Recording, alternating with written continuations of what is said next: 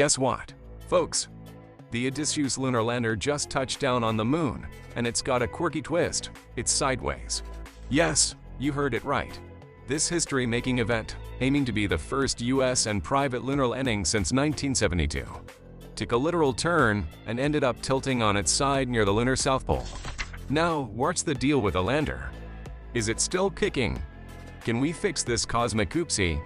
Dive into this video where we spill the lunarity, bringing you the latest news, official facts, and a whole lot of speculations. Launching into action on February 16, 2024, riding a SpaceX Falcon 9 rocket from the sunny Cape Canaveral, Florida. The Odysseus lunar lander isn't your typical space explorer. It's part of NASA's commercial Lunar Payload Services program, aiming to boost moon lander development by private sector hotshots. This bad boy weighs around 600 kilograms and is loaded with 11 payloads, including NASA's cool gadgets like a laser reflector, a magnetometer, a camera, a radiation sensor, and a navigation system. And hey, there's even a sidekick, a cute lunar rover named Iris, ready to roll after landing and explore the moon's digs. Welcome to Spaceverse, your cosmic companion in unraveling the mysteries of the universe. In this channel, we dive deep into celestial wonders, interstellar adventures, and the latest space news, from lunar landings gone sideways to the boundless frontiers of our galaxy. Spaceverse is your ticket to an intergalactic exploration. Join us as we embark on a journey beyond the stars, discussing everything from lunar mishaps to groundbreaking discoveries.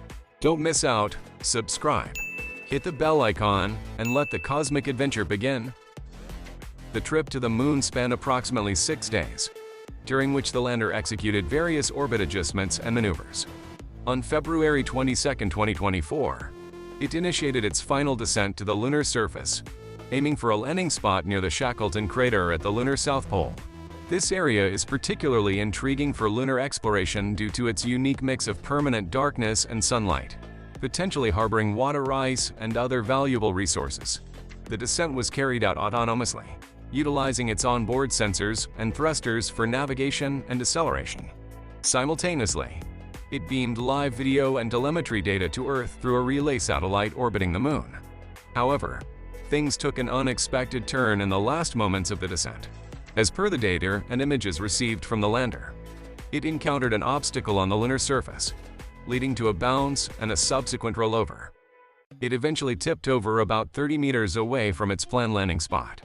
The antennas, initially meant to point upward, were now pointing downward, and the lunar terrain partially obstructed its cameras.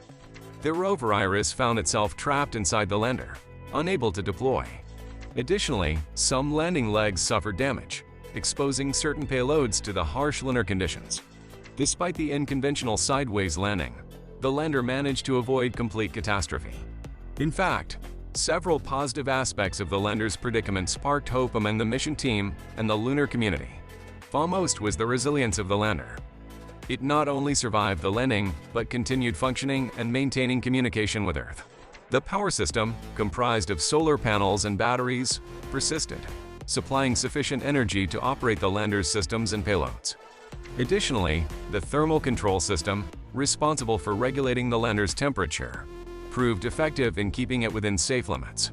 Furthermore, the computer and software overseeing the lander's operations and data processing remained operational, dutifully executing commands and tasks.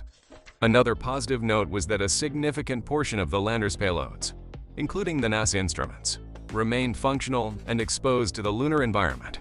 This presented the possibility for the lander to gather and transmit data and images from the lunar surface, utilizing its remaining cameras and sensors. It also held promise for the execution of various scientific and technological mission objectives, such as measuring the lunar magnetic field, assessing the radiation environment, and determining the distance to Earth.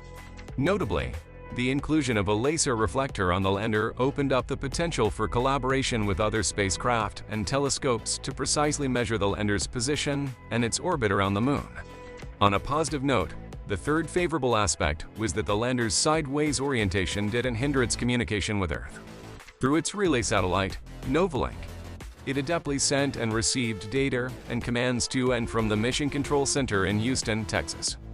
Furthermore, the lander utilized its direct-to-Earth antenna, mounted on its side, to engage in communication with Earth stations globally. This communication system played a pivotal role in the mission, enabling the mission team to monitor the lander's status, performance, and make necessary adjustments to its operations and activities. However, amidst these positives, the lander's situation wasn't all sunshine and rainbows. There were notable drawbacks that presented challenges and limitations for the mission and the future of lunar exploration. The most glaring negative aspect was the lander's inability to move or adjust its position due to its sideways orientation and the absence of a rover. Stuck on its side, it couldn't explore or access other intriguing areas on the lunar surface. Adding to the conundrum, the rover Iris remained undeployed, missing the chance to roam around the lander and gather additional data and images.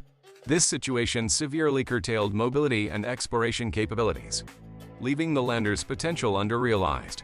The second downside was the lander's compromised view of the lunar surface and the sky, caused by its downward-pointing antennas and partially blocked cameras. This limitation prevented the lander from observing features and phenomena situated above or behind it, such as lunar craters, mountains, and the horizon. Moreover, it hindered the study of celestial objects and events, including Earth, the Sun, stars, and eclipses. Consequently, the lander's visibility and scientific capabilities were restricted, and its overall experience fell short of complete capture.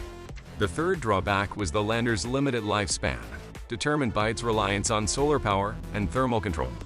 Operating on solar panels for electricity generation and batteries for storage, the lander also counted on its thermal control system to regulate its temperature and avoid extremes like freezing or overheating.